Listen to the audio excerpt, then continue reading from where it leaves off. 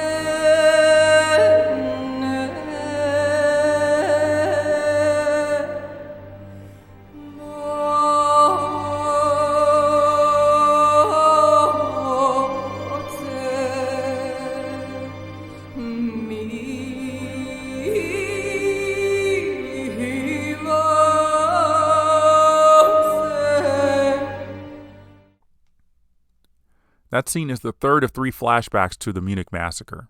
The first flashback, which shows us the moments after the terrorists break into the Israelis' dorm room, features our second theme.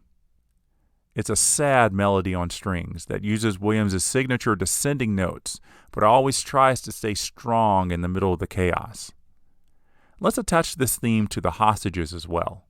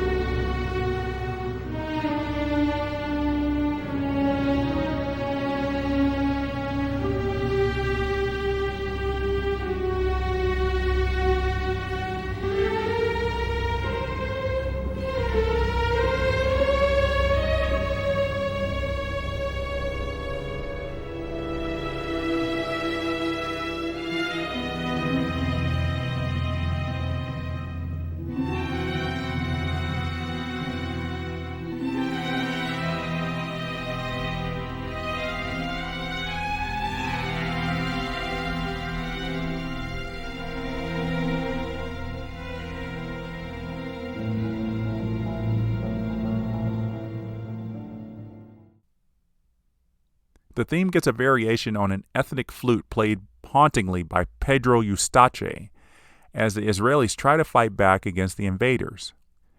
Any other composer-director team would have wanted to make the music more action-oriented instead of making a statement about the moment.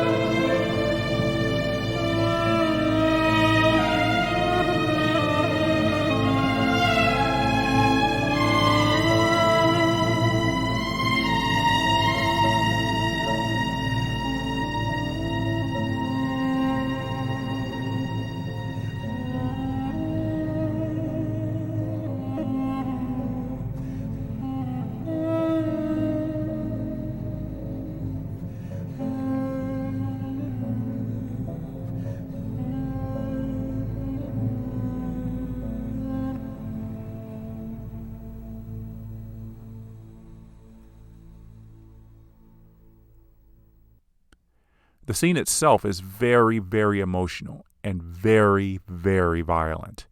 If you have a queasy stomach, you might not want to be able to watch it. Men are riddled with bullets. There's a man who gets stabbed in the head. And through it all, that flute makes it even more heartbreaking to experience. And the main theme of the film comes 28 minutes into the movie. John Williams, and just about everyone else, calls this theme Avner's theme. But I'm just going to call it the main theme because it is not attached to Avner. I know, everybody, I did this once before with the Hogwarts theme in Harry Potter and the Sorcerer's Stone, calling it instead the Gryffindor theme. I'm standing by my statement for that movie, and I'm standing by my statement for the main theme in Munich. Whenever it plays, Avner is not the focus of the scene, really. If it were Avner's theme, I think it would have played in the scene when he's calling his wife in New York and he hears his daughter say, "Dada." That would have been the perfect time to play Avner's theme quietly on the piano or something. But there's no music in that scene, showing us that there is no thematic material just for Avner. This main theme, which might be associated mostly with our 5 assassins as a group, is introduced by Adam Del Monte on the guitar in the first scene featuring all 5 of the assassins. The dialogue goes away when the music comes on, giving us plenty of time to digest this theme.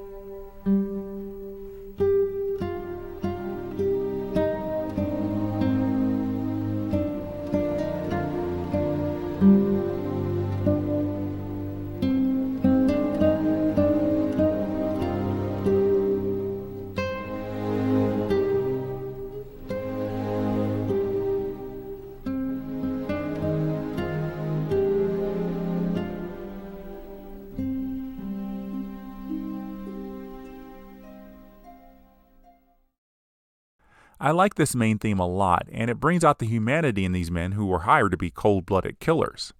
As we will discover in the course of the film, their beliefs in what they are doing is shaken to the point that some of them want to quit, showcasing again their humanity. To further highlight that the main theme is not solely for Abner, the oboe plays this theme as Abner and Daniel Craig's character discover one of their teammates dead on a park bench.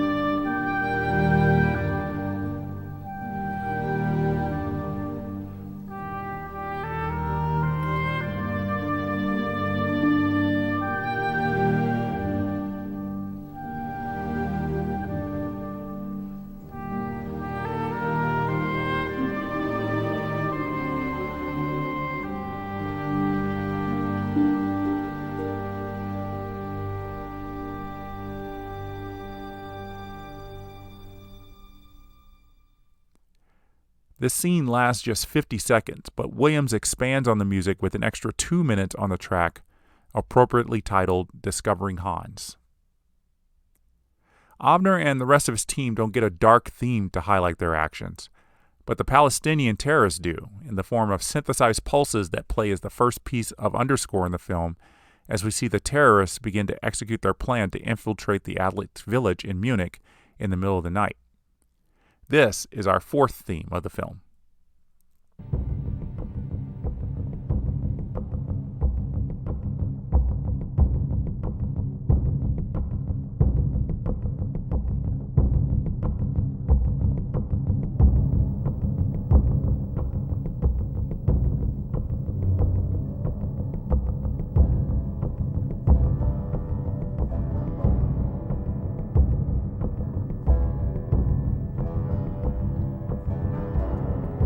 The piano will play a bigger role as the scene gets more intense.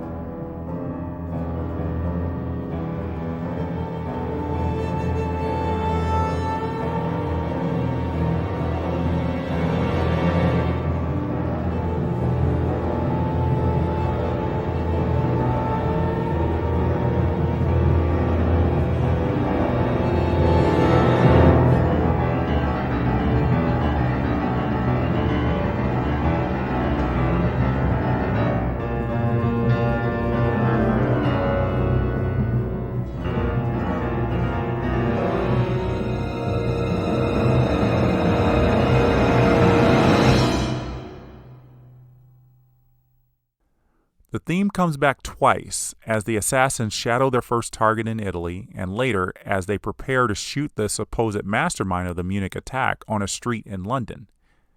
It's the first time in a while that electronics have been so prominently displayed in a Williams score, and it appropriately sets the mood whenever we hear it in the film.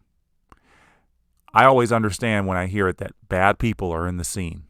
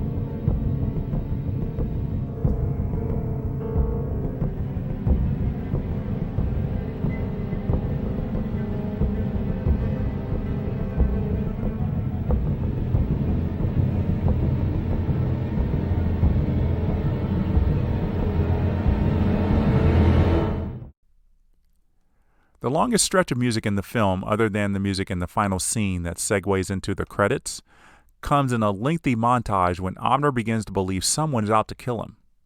He tears his room apart looking for hidden bombs, becoming more and more unraveled. One of the other assassins who had left the team earlier in the film is shown in his workshop dismantling the remaining bombs he had built for the mission. As he did with the first flashback scene, Williams doesn't overstate the obvious with the music here. The strings float in and out, and it sounds like the piano is playing in this, but perhaps the piano strings are being plucked instead of struck as they normally would. It certainly adds to the eerie atmosphere that has zero dialogue.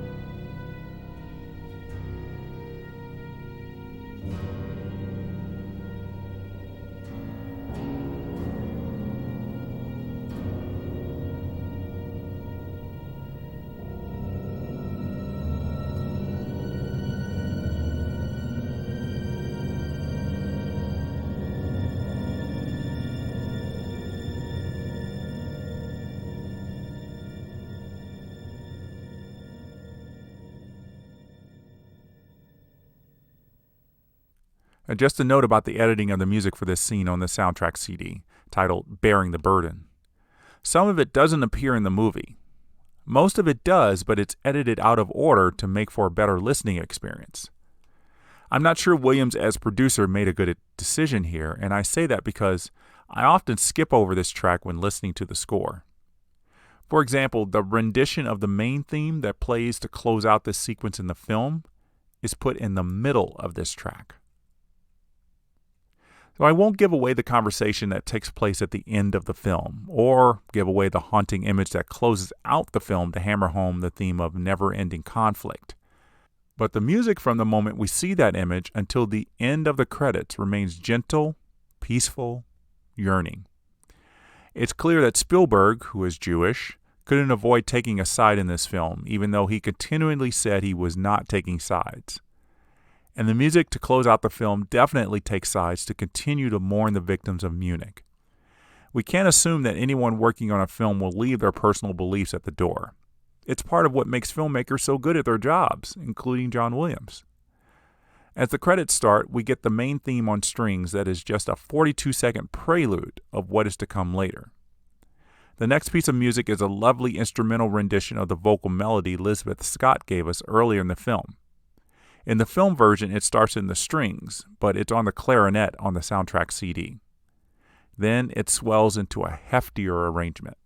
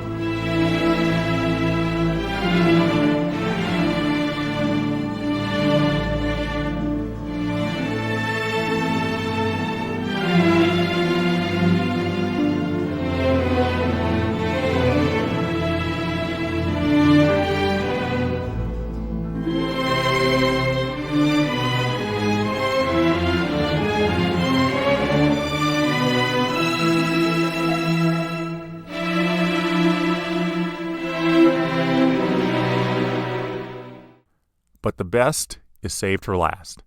The final 3 minutes of the film gives us a strings-only performance of the main theme, a eulogy of sorts called A Prayer for Peace. It feels like this piece is crying for all the victims of political violence in the Middle East and the collateral damage the world has felt for generations. There was only 3 minutes of this piece in the film version, but it's an extra minute longer on the soundtrack.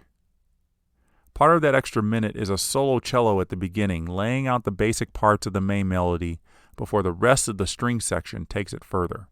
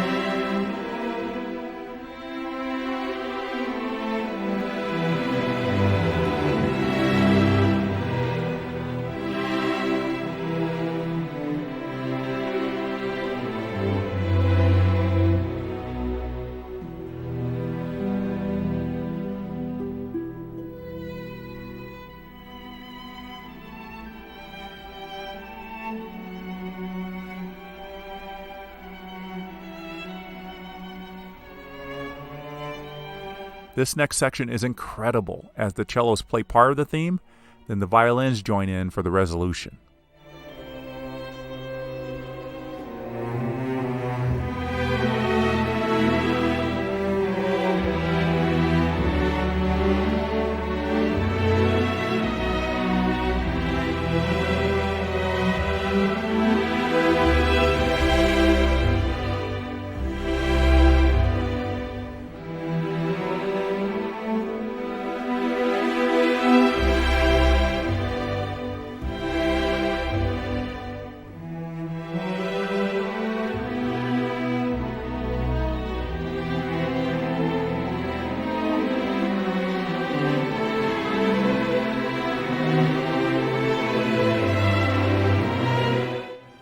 The next 90 seconds are the real meat of the piece. It always gets me emotionally.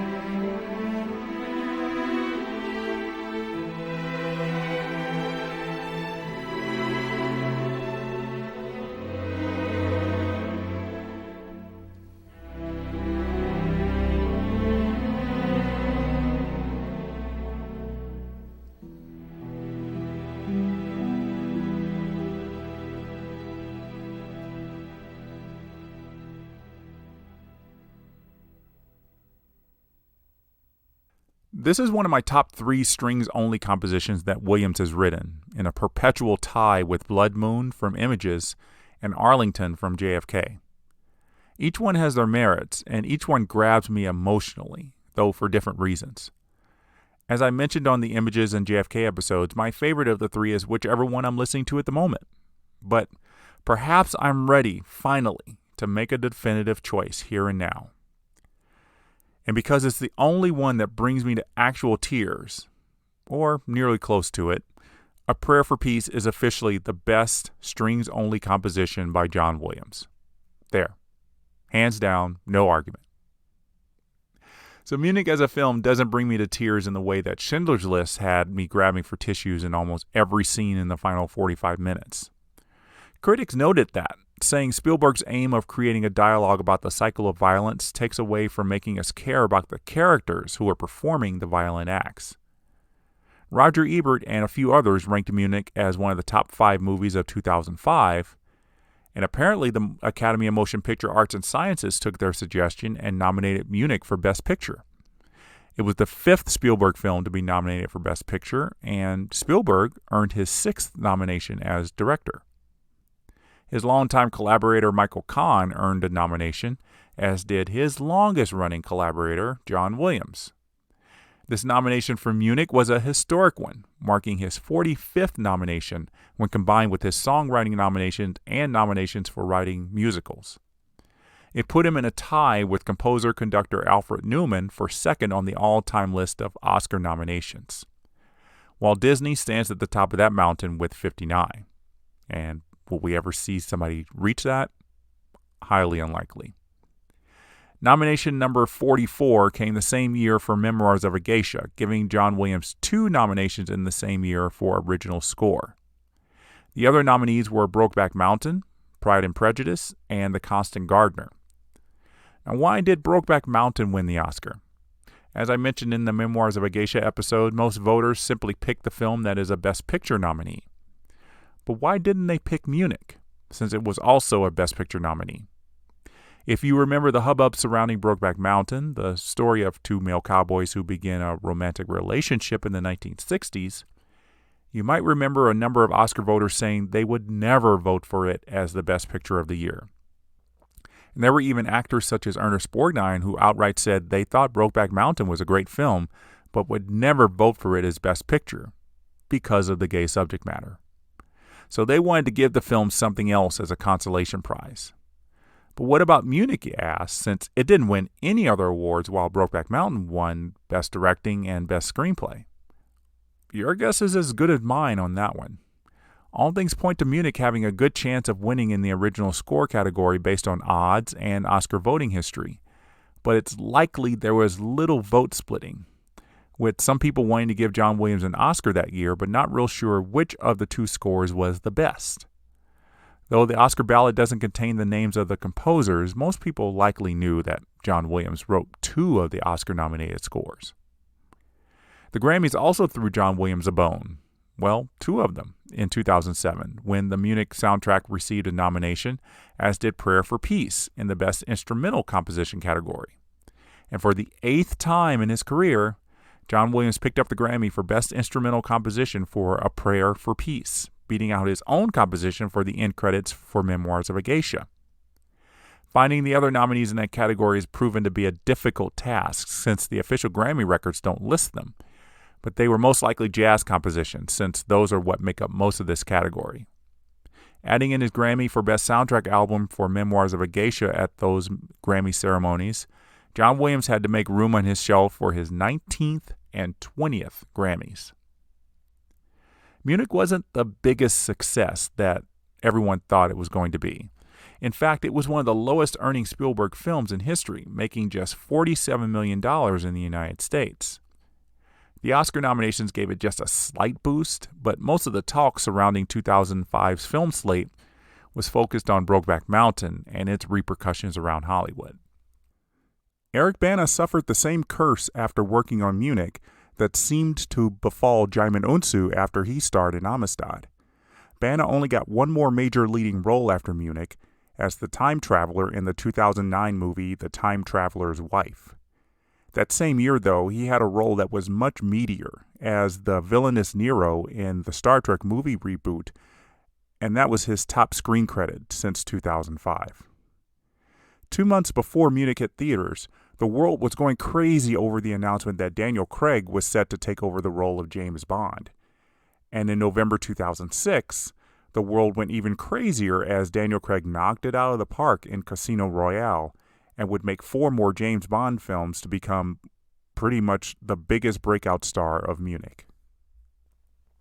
And even though he had been honored with a directing nomination at the Oscars, one has to wonder if Spielberg wanted to re-examine his movie choices after Munich and decided to take some time off. Why Spielberg decided to not make a movie for 3 years is not publicly known.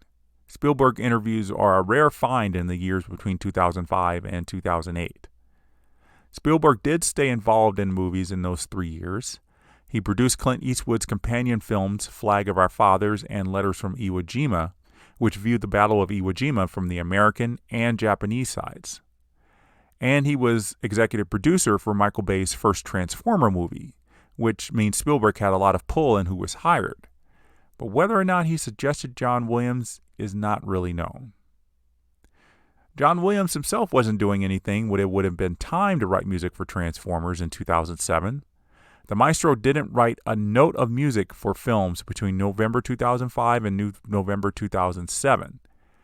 And one wonders if this decision came in tandem with Spielberg's alleged break from directing. There are no direct quotes from Spielberg or Williams to confirm whatever theory is out there, and I'm not going to use this podcast to contribute to them. John Williams did make a small contribution to pop culture in 2006 with a composition for NBC's coverage of professional football. The Sunday Night Football theme made its debut in the 2006 season and was meant to cover the opening of each show, but also cover transitions into commercials.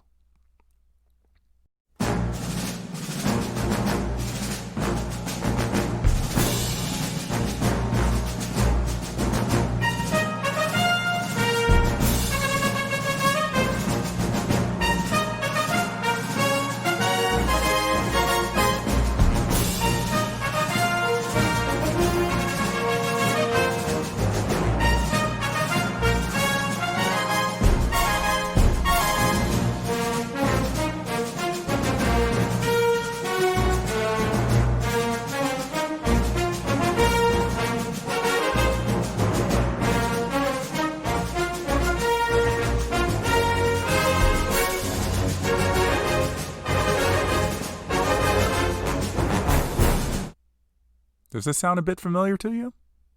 It sounds like Williams will return to this structure for The Force Awakens in about 10 years' time with a theme for the Resistance.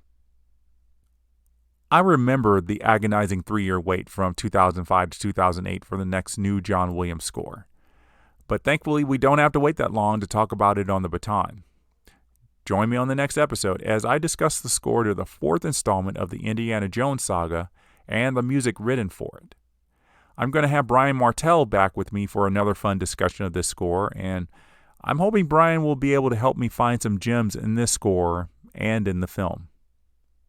I always welcome emails from listeners about the show, including any thoughts about the music you heard in the episodes and even the music I did not play on the show. You can reach me at jeffswim@aol.com or by leaving a comment on the Podbean app. I don't have the ability to respond to reviews on Apple Podcasts, but please feel free to leave a glowing review of the show when you have a minute. Thanks for being here today. Until next time, the baton is down.